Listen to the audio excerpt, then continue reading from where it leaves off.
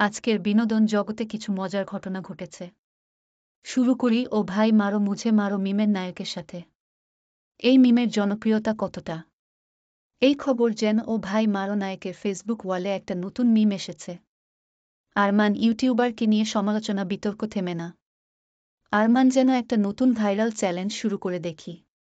সোনাক্ষী মায়ের বিয়ের শাড়িতেই বিয়ে করেছেন। এই খবর যেন সোনাক্ষী একটা নতুন ফ্যাশন লাইন শুরু করবেন যেখানে মায়ের পুরনো শাড়ি নতুন লুকে রূপান্তরিত হবে। বুবুলি ২ ছবি থেকে বাদ। এই খবর যেন বুবুলি একটা নতুন ব্র্যান্ড শুরু করবেন যার নাম বুবুলি ২। বিরল হাসি রোগে আক্রান্ত আনুশকা।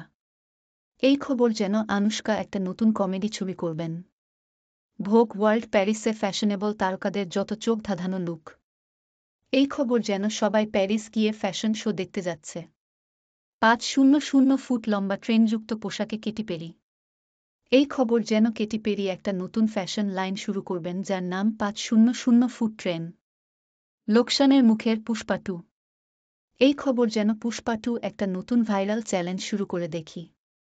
নিজেকে বদলে ফেললেন শাবনূর। এই খবর যেন শাবনূর একটা নতুন ফিটনেস ভিডিও শুরু করবেন।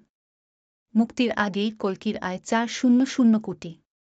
এই খবর যেন কল্কি একটা নতুন ক্রিপ্টোকারেন্সি শুরু করবে। আবেগঘন বার্তা দিলেন দেব। এই খবর যেন দেব একটা নতুন ইমোশনাল ছবি করবেন।